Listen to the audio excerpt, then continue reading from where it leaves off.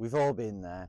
3 or 4 holes into a competition round and things are going sideways. The things we were doing out on the range before the round just aren't happening and we need a bit of a reset. In this video, I'm going to explain what I do as a pro to reset my game out on the course, fix my strike, fix my direction, and get around the golf course in a good number when I'm swinging poorly. So when you're playing poorly, it's either one or two things. You're either not striking the ball very well or you're hitting it sideways. Now, when you're out on the course and you're playing in a competition, I understand that golfers want to generally try to take what they've been working on the range onto the course, but often, sometimes we go out and play and the feels we had on the range just don't work and you're just hitting it poorly, or you're not able to control the direction very well. And actually, the smart thing to do in that situation is to not carry on with those thoughts, because you can't just keep doing the same thing and hoping for a better result. Now, what we shouldn't be doing here is a full swing rebuild on the course. My dad in particular is quite famous for performing at least 3 full swing rebuilds out on the course and managing that fine, but that isn't really what's recommended. What we want to try and do actually is simplify things and just give ourselves a bit of a band-aid thought that's either going to fix our strike or help us control our direction a bit better. That's going to see us round the last sort of 12 or 13 holes to get into the clubhouse in a reasonable score, not embarrass ourselves, and then continue to work on our games on the range after that. If it's a strike problem, we'll get on to direction later in the video, but if it's a strike problem, there's a few things that I would do as a pro if I'm hitting it poorly. If I'm striking the ball too much out the toe or too much out the heel, the first thing I would do is I would just change how close I'm standing to the ball. So if I'm constantly striking out the toe, I'm going to just stand a little bit nearer, maybe address it slightly out the heel, because I'm obviously doing something in my swing that's bringing my hands in towards my legs too much. And by addressing it out the heel or just standing a bit nearer, that's just going to recenter my strike. Same as if I'm shanking it. Generally what I will do is either address it out the toe or stand a bit further away, or simply just actually change my intention and just think, right, I'm going to set up out the middle and then swing down and try and strike it out the toe. If you've ever been into any of the Carl Morris Mind Factor stuff, then you know that intention can be massive when trying to change our golf shots. Sometimes just attempting to strike it differently off the opposite end to where your bad shots are happening, then that can be enough to get you around the golf course. Something else that I'll do if I'm struggling with my strike out on the course is I'll just start swinging shorter and I'll start playing within myself. As a rough guide, what I'll do is I would generally only hit my clubs 80 to 90% of what my max is. So if my 9-iron goes 150, I'll probably only play my 9-iron from 120 to 135. And then maybe if I have 140 to 150, I'll just go up a club and come down. I've always found that when I try swing within myself, try and do swings where my hands never go that much higher than my shoulders, I'm able to strike the ball much cleaner and control the direction a little bit better. I think even when you watch like the greats play, certainly the best iron players, I think they're never really hitting it that hard. And it's a mistake that we all get sucked into, is that, oh, well, I know I can hit my 7-iron 170 when I strike it well, so I should probably take that club. When actually really only 3 in 10 go 170 and the rest of them go about 162. So it's always better if we can just swing a little bit shorter, slow the rhythm down and just play within ourselves. Now, if my strike is thinning or fatting it, generally the right thing to do in that stage is move the ball back in our stance. So when someone's hitting it thin or fat, then generally the bottom of their swing is too far behind the ball. So moving the ball back in the stance is just going to help us steepen our angle of attack and hit the ball before the ground. The other thing you could do is actually just set up with more weight on your front foot, because again, that has the same effect as moving the ball back in the stance. It just moves the bottom of our swing forwards and is going to help us hit the ball before the ground. We might end up playing most of our shots from the ground just with like a 3/4 swing with the ball back in our stance, our weight forwards, and we're really just going to chip it round.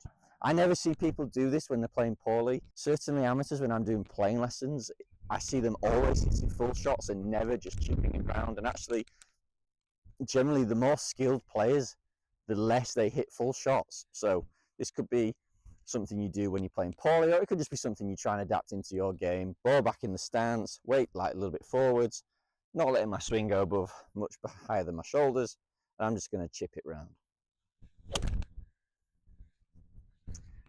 You can sort of see how clean I'm picking the ball off the turf there. Again, it's not flush, it's a little bit thin, maybe a groove or two low, but I am able to go out there and get that round the golf course. It's not perfect, it's not pretty, but I can chip it round like that, get it greenside, give myself a chance for pars, and I'm not going to shoot an embarrassingly high score. Before we get on to direction, now would be a good time to say if you could please like and subscribe. That would really help me grow the channel. I've had a lot of good support so far, but let's keep going.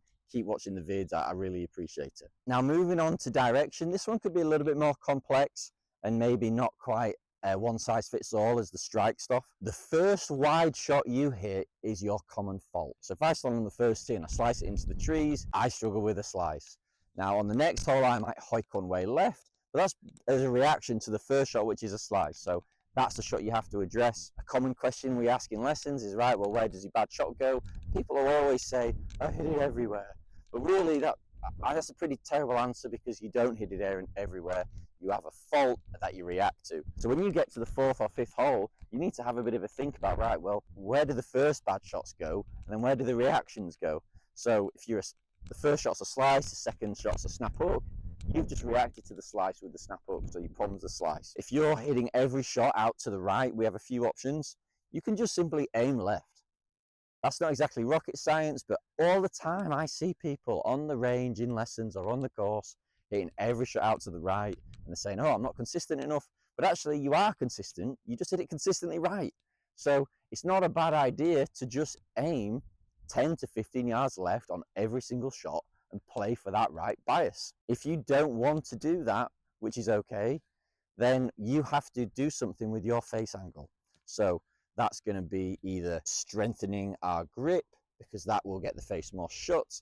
That might be trying to manage the left wrist differently, so either bowing it to get it closed or cupping it to get it open, depending on your miss. It really does depend on how early do you want to make that change. A stronger grip means you can pretty much swing the same and the grip will take care of the club face. But if you want to try and bow the wrist, that's an in-swing change. Or if you want to just feel like your forearms roll over and you shut the face and you release, that's also okay. But all of those things can be quite hard to time. So you just bear that in mind. From my experience, I prefer people to try and get the club face into a different position as early as possible in the swing. I understand that a shut face takeaway does not guarantee a shut face impact, but I do think it does help. So if I'm that slicer and I'm just consistently banging it right, and I don't want to just aim left because that might produce a weak shot that costs me distance, then I need to strengthen the face. So I might strengthen my grip, but actually on this one, what I'm going to do is I'm going to try and turn my wrist down in the takeaway, get that club face looking down early. I'm going to aim straight and just try and shut the face and let that correct the distance. You have to bear in mind that when you shut the face like that, you are going to hit the ball lower. So that might mean you're not able to get over the hazards, or that might not work if you're hitting into elevated greens. But if you're looking for a last minute, I need to stop hitting it straight right fix, either strengthening the grip, shutting the face, or just releasing it earlier is going to help. If I'm struggling with the left, the ball's going low left and I can't get the ball in the air, then we have to do the opposite.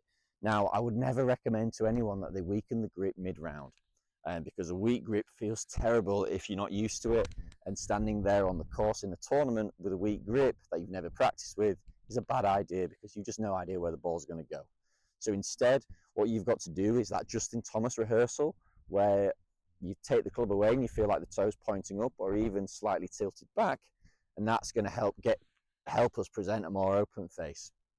The other thing you might do is swing up to the top and try and feel some cup in that left wrist, because again, that's opening the face and that's going to give us more loft and more open face at impact. So you might aim straight, you're going to swing back, do your Justin Thomas rehearsal, get up to a nice cupped wrist, and then hopefully that ball won't go left. So you can see that one was much higher.